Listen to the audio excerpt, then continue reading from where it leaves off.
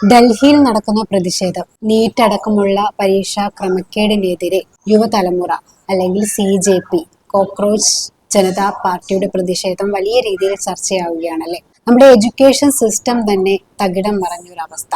NEET പോലുള്ള പരീക്ഷ എന്തിന് നമ്മുടെ PSC തന്നെ എടുത്തു നോക്കിയാൽ മതി. PSC പോലുള്ള പരീക്ഷകൾ എന്തിന് എഴുതണം, എഴുതിയിട്ട് എന്താണ് കാര്യം എന്നുള്ള ചോദ്യം. കഷ്ടപ്പെട്ട് പഠിച്ച് പരീക്ഷയ്ക്ക് വേണ്ടി മാത്രം 1-2 വർഷമൊക്കെ മാറ്റിവെച്ച് വിദ്യാർത്ഥികൾ തയ്യാറെടുക്കുന്നത് തന്നെ അതിലുള്ള ഒരു വിശ്വാസം കൊണ്ടാണല്ലേ. എന്നിട്ട് എന്താണ് ഫലം? പരീക്ഷാ ക്രമക്കേടിന്റെ പേരിൽ നിരവധി വിദ്യാർത്ഥികൾ ആത്മഹത്യ ചെയ്യുന്നു. അത് ചോദ്യം ചെയ്ത് വിദ്യാർത്ഥികൾ തെരുവിലിറങ്ങുന്നു, അവരെ അടിച്ചോടിക്കുന്നു. ഇതൊക്കെയാണോ ജനാധിപത്യം? കഷ്ടം തോന്നുന്നു. കേന്ദ്ര വിദ്യാഭ്യാസ മന്ത്രി രാജിവെക്കുക, പിന്നെ മരിച്ച വിദ്യാർത്ഥികളുടെ കുടുംബത്തിന് 1 കോടി രൂപ നൽകുക, അതുപോലെ തന്നെ എഡ്യൂക്കേഷൻ സിസ്റ്റം മെച്ചപ്പെടുത്തുക. ഇത്തരം ആവശ്യങ്ങളുമായി ജനം തെരുവിലിറങ്ങുമ്പോൾ അവരെ അടിച്ചോടിക്കുന്ന രീതി ഏത് ജനാധിപത്യ രീതിയാണ്? തികച്ചും സമാധാനപരമായിട്ടാണ് ഇവർ സമരം ചെയ്യുന്നത് എന്ന് തന്നെ പറയാം. ഇതിനെ എന്തിനാണ് BJP സർക്കാർ ഭയക്കുന്നത്? എനിക്ക് തോന്നുന്നു അവരുടെ ശക്തി കൊണ്ട് തന്നെയായിരിക്കാം. നമുക്കറിയാം, കോക്രോച്ച് ജനതാ പാർട്ടി ഒരു ചെറിയ രീതിയിൽ തുടങ്ങിയതാണ്. പാറ്റകൾ എന്ന് വിളിച്ച് അവരെ അധിക്ഷേപിച്ചു. അതിനുശേഷം അങ്ങനെ ഒരു പാർട്ടി വന്നു. ഇപ്പോൾ അവരുടെ ശക്തി എന്ന് പറയുന്നത് 10-ഓ 100-ലോ ഒതുങ്ങുന്നതല്ല. നിങ്ങൾക്ക് ഈ വീഡിയോ കണ്ടു കഴിഞ്ഞാൽ മനസ്സിലാവും. ഇത് ഇപ്പോൾ ഡൽഹിയിൽ നടക്കുന്ന സമരമാണ്. അത്രയും പേർ തെരുവിലിറങ്ങിയിരിക്കുകയാണ്. ചിലപ്പോൾ ഈ ഒരു ശക്തി കൊണ്ടാവാം BJP ഇവരെ ഭയക്കുന്നത്. തെരുവിൽ ഇത്രയും വിദ്യാർത്ഥികൾ അടി വാങ്ങുമ്പോൾ അല്ലെങ്കിൽ അവരുടെ ശബ്ദം വലിയ രീതിയിൽ മുഴങ്ങുമ്പോൾ എന്തുകൊണ്ടാണ് മന്ത്രിയുടെ രാജി എഴുതി വാങ്ങാത്തത്? ഒരുപക്ഷെ മന്ത്രി രാജിവെച്ചാൽ അത് BJP സർക്കാർ തോറ്റു പോകുമെന്നുള്ള ചിന്തയായിരിക്കാം. എന്നാൽ ഒരു കാര്യം ചെയ്താൽ മതി, ക്യാബിനറ്റ് വിളിച്ചേർത്ത് ആ വകുപ്പിൽ നിന്ന് ആ മന്ത്രിയെ മാറ്റി നിർത്തിയാൽ മതിയല്ലോ. അത്തരം എന്തെങ്കിലും ഒരു നടപടിയിലേക്ക് നീങ്ങിയിരുന്നെങ്കിൽ ഇത്രയും വഷളാകുമായിരുന്നു. എന്തുകൊണ്ടാണ് ഇവർ ഒരു നടപടിയിലേക്കും നീങ്ങാത്തത്? ഇനി ഒടുവിൽ നരേന്ദ്രമോദി വന്ന് പറഞ്ഞത് നീറ്റ് പരീക്ഷാ ക്രമക്കേടിൽ പ്രതികളെ അറസ്റ്റ് ചെയ്ത് ജയിലിൽ അടച്ചു എന്നാണ്.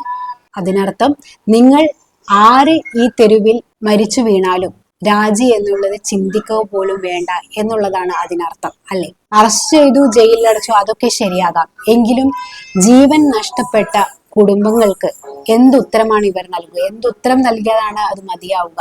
ഇനി ഈ പ്രതിഷേധത്തിന്റെ ക്ലൈമാക്സ് എന്താകും? സംശയിക്കേണ്ട. നമുക്കറിയാം, പൗരത്വ ബില്ലിനെതിരെ ഉണ്ടായ സമരം, ഗുസ്തി താരങ്ങൾ നടത്തിയ സമരം, ഇതിന്റെയൊക്കെ അവസാനം എന്തായിരുന്നു? അത് തന്നെയാകും ഇതിന്റെയും അവസ്ഥ. കർഷക സമരം പോലെ പലരുടെയും ജീവനെ നഷ്ടപ്പെട്ടു പോയാൽ അത് അവരുടെ മാത്രം വിധി എന്ന് പറയാം. ഇനി സോനം വാങ്ചുക്കിലേക്ക് വരാം. ആരാണ് സോനം വാങ്ചുക്ക്? ഈ ഒരു സമരം കൊണ്ടാണോ അദ്ദേഹം അറിയപ്പെട്ടത്? അല്ല. കാശ്മീരിലെ ജനങ്ങളുടെ മനുഷ്യാവകാശത്തിന് വേണ്ടി പൊരുതിയ ഒരാളാണ് സോനം വാങ്ചുക്ക്. തീർന്നില്ല.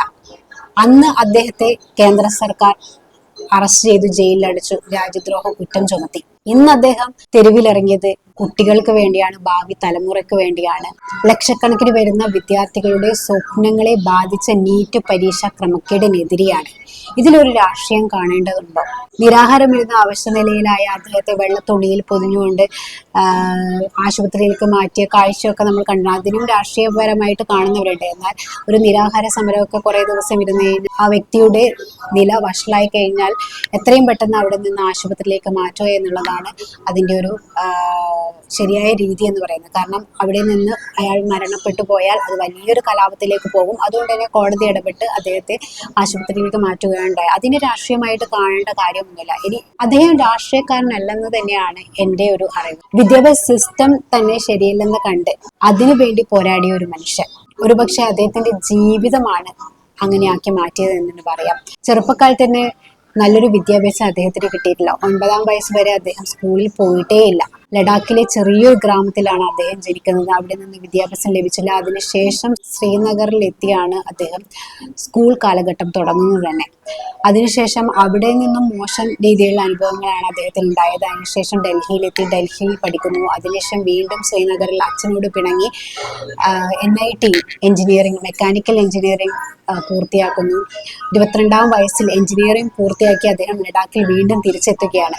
അദ്ദേഹം നേരിട്ട ഒരു എഡ്യൂക്കേഷൻ രീതി, പഠന രീതി യുവതലമുറയ്ക്ക് ഒരിക്കലും ഉണ്ടാകാൻ പാടില്ല എന്നൊരു നിശ്ചയദാർഢ്യത്തിലാണ് അദ്ദേഹം പുതിയ പഠന രീതി ആരംഭിക്കുന്നത്. ലഡാക്കിൽ അദ്ദേഹം ഒരു സ്കൂൾ തന്നെ തുടങ്ങുകയാണ്. അതായത് വിദ്യാഭ്യാസം കിട്ടാത്ത ഒരുപാട് കുട്ടികൾക്ക് അദ്ദേഹത്തിൻ്റെതായ രീതിയിൽ വിദ്യാഭ്യാസം നൽകുന്ന ഒരു കാഴ്ചയാണ് പിന്നീട് കണ്ടത്. അങ്ങനെയാണ് സോനം വാങ്ചുക്കിനെ അറിയപ്പെടുന്നത്. അദ്ദേഹം നിരവധി പുരസ്കാരങ്ങളൊക്കെ ലഭിച്ചിട്ടുണ്ട്.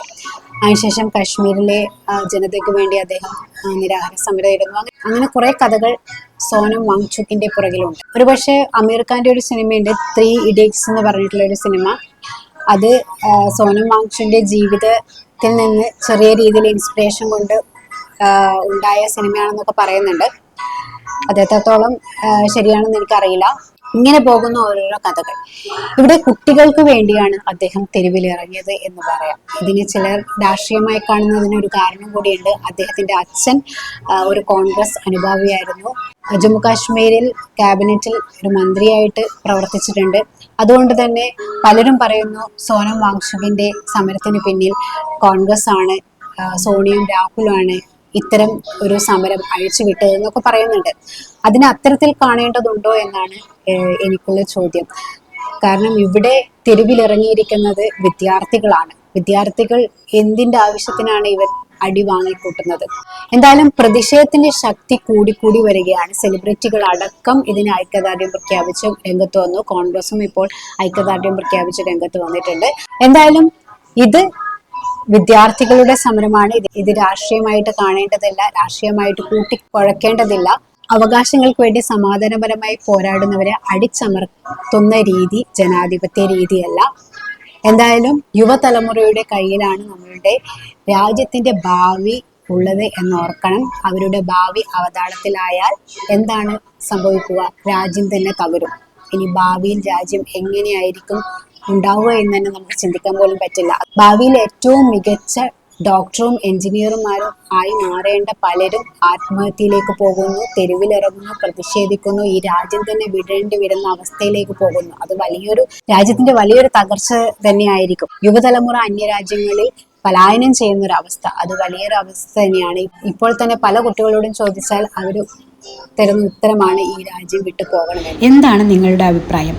മോദി സർക്കാർ സ്വീകരിക്കുന്ന നടപടി ശരിയാണോ? ധർമ്മേന്ദ്ര പ്രധാൻ രാജിവെക്കണോ? കമൻറ്റ് ചെയ്യൂട്ടോ.